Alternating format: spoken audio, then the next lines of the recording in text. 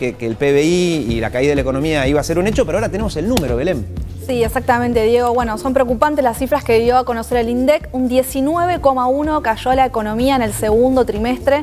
Se trata del registro más importante y más grave de la historia argentina. Incluso supera a los índices que se dieron a conocer luego de la crisis del 2001, cuando había caído poco más del 16,3%.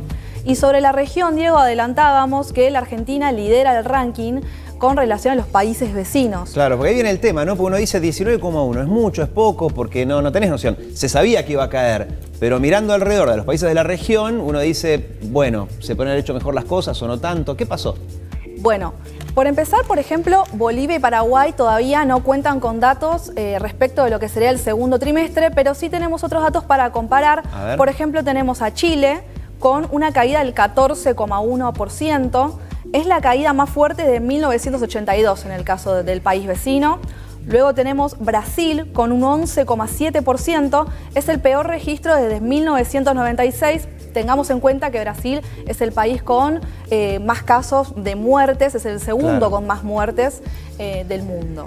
Después tenemos a Uruguay con un 10,6%, ya un poquito por debajo y con menos cantidad de casos también. Claro, en el caso de Uruguay sí es casi, en el contexto de una pandemia donde muere gente, es el contexto ideal, porque a nivel coronavirus controlaron muy bien la situación. Uruguay tiene menos densidad de población, tiene una ciudadanía muy obediente hacia las leyes y hacia las normas, eso también los ayuda un montón. Y fíjense que la economía, así todo, bajó un 10 y pico %. Brasil, en cambio, privilegiando en teoría la economía, también vio derrumbada la misma. Así que es algo interesante, tiene muchas aristas, por eso es que vamos a sumar a alguien más a la conversación, que es a Santiago Bulat, que es economista. Lo tenemos vía Skype, creo yo. Si toco con la varita mágica, sí, ahí aparece. ¿Cómo estás, Santiago? Buen día. ¿Cómo andan? ¿Todo bien? Gracias por la invitación. No, por favor. Recién con Belén hicimos una comparación, porque claro, yo que estoy ajeno a los números, me dicen 19,1 y sí, me suena mucho, ¿no? La caída del PBI. Si me dicen, esto es peor que lo que pasó en 2002, después de la crisis de 2001, ok, tengo el panorama, pero me interesaba esto de comparar con otros países de la región. No sé cómo lo ves vos. Sí, efectivamente, es importante. Me parece que los dos puntos son relevantes. La crisis de 2001 en realidad nació como algo, una crisis estrictamente financiera, y ahora estamos hablando de algo que no fue financiero y que no fue solo de la Argentina, sino que es más bien global y que tiene que ver con la oferta, la incapacidad de que la economía funcione normalmente. Claro. Pero efectivamente, si uno se compara con otros países de la región, particularmente para poner la OCDE, que quizás es un buen parámetro de lo que ha pasado, Argentina se encuentra en el podio. Te diría que está cuarto, un poquito por debajo de aquel podio, en las mayores caídas, con lo cual España, por ejemplo, ha sido uno de los países muy afectados, Italia también ha estado muy afectado. Pero para mí, el dato que más nos va a sorprender no va a ser la caída de ahora, que es muy brusca en Argentina, sobre todo en comparación, sino la recuperación. Yo creo que hay países que se van a recuperar más rápido de lo que se va a recuperar la Argentina, y ahí es donde me parece que vamos a tener un descalce un poco mayor que el resto de los países. Así que me parece que el foco va a tener que estar puesto en el final de la película, no ahora.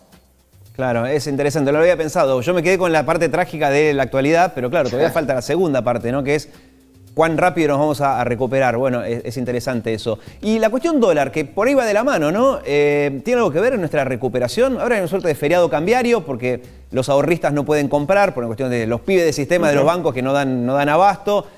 Por ahí llegan a un acuerdo Banco Central y ANSES. Pero este descalce que hay, ¿no? Entre el dólar oficial, el dólar que reciben los exportadores, el dólar ahorro, ¿esto puede llegar a perjudicar la recuperación? Sí, por supuesto. Sobre todo lo que genera incertidumbre. Yo creo que el tema más relevante ahora es dar certidumbre a las empresas, ¿no? Vos sabés que el Estado en este momento no tiene demasiado para empujar, porque justamente el Estado va a salir con 8 puntos de déficit fiscal para este año.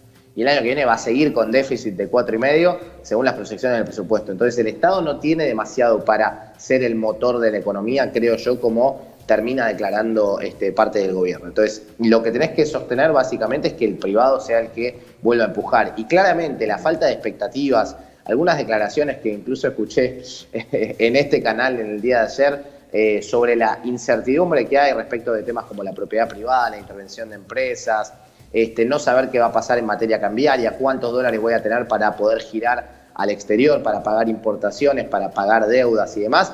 Todo eso es un escenario que genera mucha incertidumbre, sobre todo porque vos empezás a dejar de tener de referencia el tipo de cambio oficial.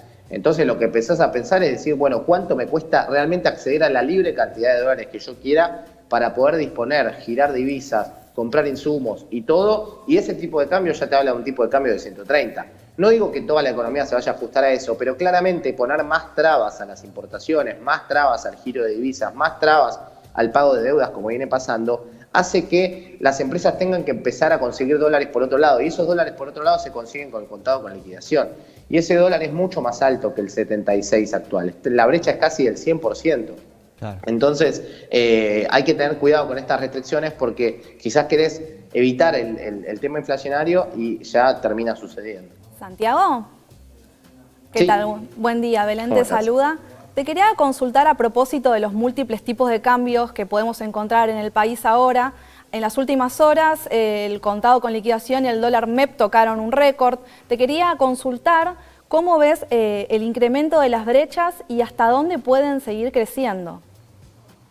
Es interesante, es un análisis difícil de hacer, pero básicamente uno se basa en cómo viene corriendo la nominalidad, la cantidad de pesos que hay en la economía. Y la cantidad de pesos que hay en la economía, tanto por base monetaria, digamos, y lo que viene imprimiendo el Banco Central, que en el primer semestre para financiar al Tesoro fue mucho, o sea, para darle plata al Tesoro Nacional y que pueda repartirlo en los distintos gastos que tuvo, sobre todo los gastos relacionados con la pandemia, bueno, se incrementó muchísimo. Y eso estamos viendo que en un escenario de equilibrio general, donde ya todos esos pesos fueron a esas personas, pero volvieron, compraron cosas, esos pesos que fueron a personas ya llegaron a los supermercados y los supermercados automáticamente tienen que comprar divisas para girar o para importar más cosas, termina yendo al dólar.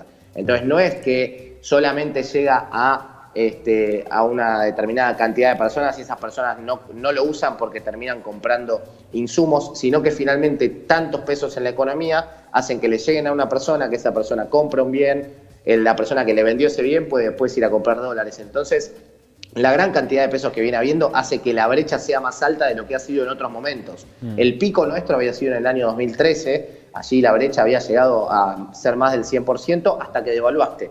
Cuando devaluaste esa brecha se volvió a achicar y luego volvió a subir, pero en enero de 2014, cuando tuviste una devaluación del 20% aproximadamente, las brechas se achicaron. Es como que hoy te diga, bueno, sube 20% el tipo de cambio, nos vamos a un tipo de cambio de 90 y pico y la brecha que tenemos en 140 puede descender. Ahora, si no hay devaluación y sigue esta incertidumbre, la brecha yo creo que tiene todavía para crecer un poco más, pero estamos hablando de un tipo de cambio, reitero, muy alto. O sea, en términos de brecha, es la brecha más alta que hemos visto históricamente, ¿no? En los últimos 20 años por lo menos, y digo, tiene que ver con la cantidad de pesos que se vienen emitiendo, que ahora se había reducido bastante, pero pareciera que no alcanza. Claro, es decir, como la historia es cíclica, tanto a nivel político, económico también, esto que decís vos, ¿no? Que la brecha se achica cuando hay una devaluación, bueno, vaya uno a saber si eso no es lo que ocurre. Pero como la historia es cíclica, Santiago, seguramente te vamos a volver a contactar, porque viste cómo es esto.